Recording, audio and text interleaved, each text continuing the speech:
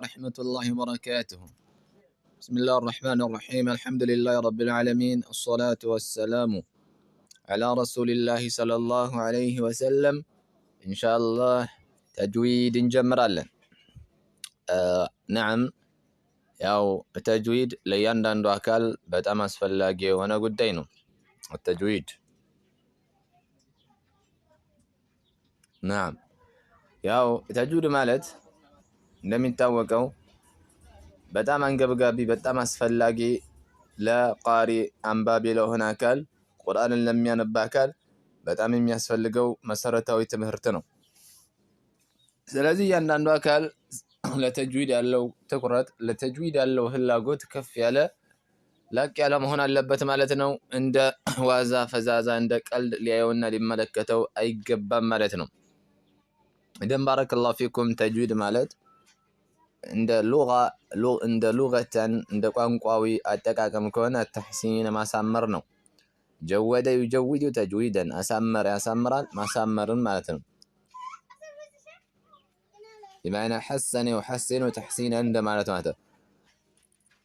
وكذلك በተጅዊድ ምሁራኖች يعني አገላለጽ ደግሞ ተጅዊድ ማለት ለእያንዳንዱ ፊደል የሚገባውን ሐቅ መብቱን ሳያጓድል መስጠት ማለት ነው። ስለዚህ እያንዳንዱ ፊደል ሐቁን መብቱን ካልሰጠነው ያው በድለን ነው ማለት ነው። ስለዚህ ፊደላቶችን ከመበደል እንጠንቀቅ ማለት ነው።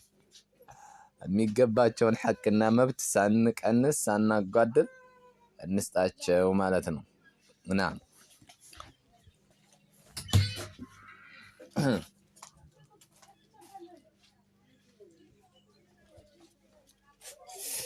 أي نعم ስለዚህ አሁን ቀጥታ ወደ መኻሪጅ አልሑሩፍ ከመግባታችን በፊት የተጅዊድ يعني غايው يعني ዓላማው ምንድን ነው? የተጅዊድ ዓላማው غايው ምንድን ነው? يعني ተጅዊድ ያለው ዓላማ መማር ያለው ጥቅምና ያለው ዓላማ ምንድን ነው? يعني ተጅዊድ ያለው ዓላማ يعني የተጅዊድ ዓላማ ዋናው ዓላማ ምንድን ነው? هو صون اللسان ምላስን መጠበቅ ነው። ቁርአንን በምናነብበት ጊዜ ምላሳችንን ከስህተት ለመጠበቅ ነው። ይሄ ነው ዋናው ዓላማው ማለት ነው። طيب ተጅዊድ መማር ግዴታ ነው ወይንስ አይደለም? ተጅዊድ መማር ግዴታ አይደለም።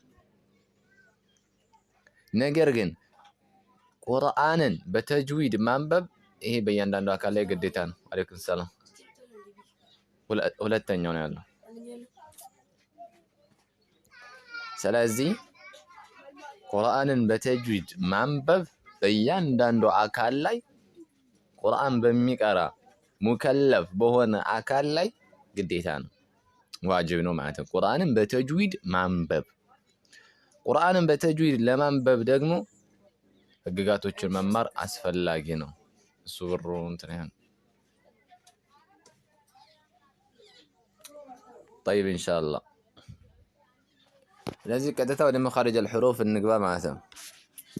እዚህ ጋር ምስል ላይ የምታዩትኝ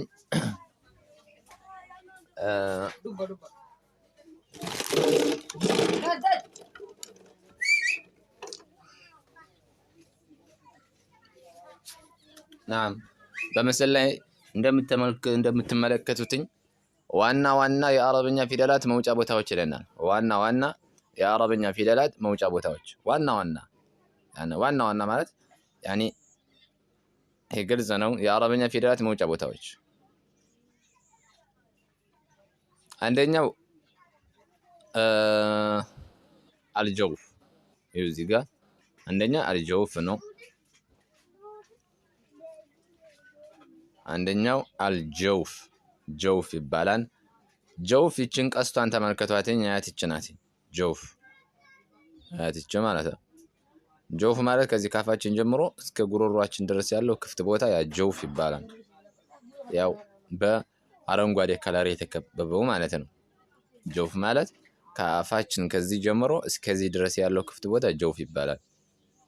ሁለተኛው አልሐልቅ ማለት ነው ጉሮሮ። ጉሮሮ ያው ከዚህ ጀምሮ ይሄ ሰማያዊ ከለር የተቀባው ማለት ነው። ከዚህ ከሩቅ የጉሮሯችን ክፍል ጀምሮ እስከ ቅርብ የጉሮሯችን እስከ አፋችን ድረስ ያኒ ቅርብ እስከ ሆነው ጉሮሮ ክፍል ድረስ ያለ ጉሮሮ ይባላል።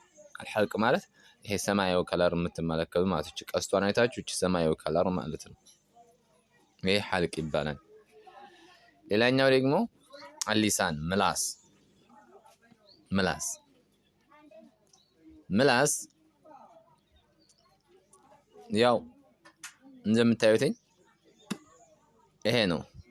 ይችን ቀስ ተመልከቱና ይሄ ነው ማለት ነው ምላስ ኢንሻአላህ። طيب ምላስ ደግሞ አንድን ፊደል ራሱን ችሎ ስለማያወጣ ከጥርሶችና ከላንቃዎች ጋር ተገናኝቶ ነው። ስለዚህ ጥርሶች ላይ ይኸው እዚህ ጋር ማለት ነው የታችኛው ጥርስ የላይኛው ጥርስ አለ። የላይኛው ላንቃ ክፍል ደግሞ የምትባሉትኝ ይሄ ነው። ቀስቱን ተመልከቱትኝ ይሄ ነው። ስለዚህ ምላስ ከጥርሶችና ከዚህ ከላይኛው ላንቃ ጋር በመተባበር የአረብኛ ፊደላቶችን ያወጣል ማለት ነው እንጂ ብቻውን ሊያወጣ ስለማይችል ማለት ነው። እነዚህ የላይኛው ላንቃ ክፍሎች እነማን እንደሆኑ እንመጣበታለን። ጥርሶች ደግሞ እነማን እንደሆኑ 32 ጥርሶችን እንመጣበታለን ማለት ኢንሻአላህ።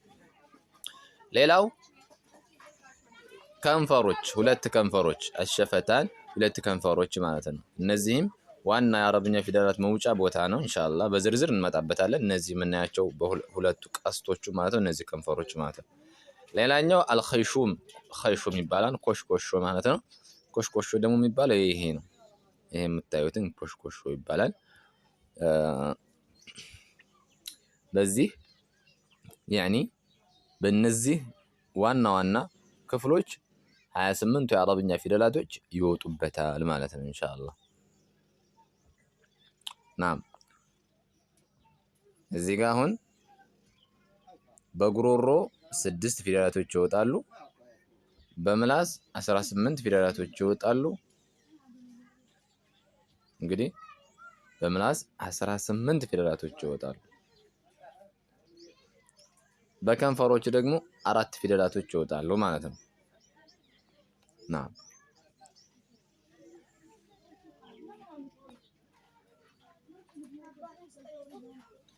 ስለዚህ ኢንሻአላህ ሁላቸውም በዝርዝር ስለሚመጡ ኢንሻአላህ እናያቸዋለን ማለት ነው። ናም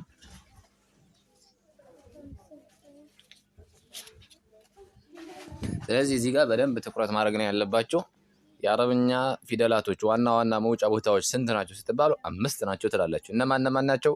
አልጀውፍ፣ አልሐልቅ፣ አልሊሳን፣ አሸፈታን፣ አልኸይሹም ብላችሁ ተመልሳላችሁ።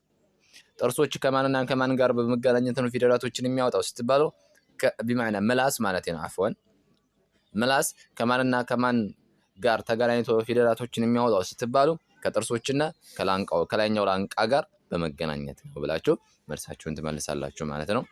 ኢንሻአላህ የዛሬው ክፍል 1 የተጅዊድ ትምህርታችን ይህን ይመስላል። በክፍል 2 እስከምንገናኝ ድረስ ወሰላሙ አለይኩም ወራህመቱላሂ ወበረካቱ። አብሽሩ ኢንሻአላህ።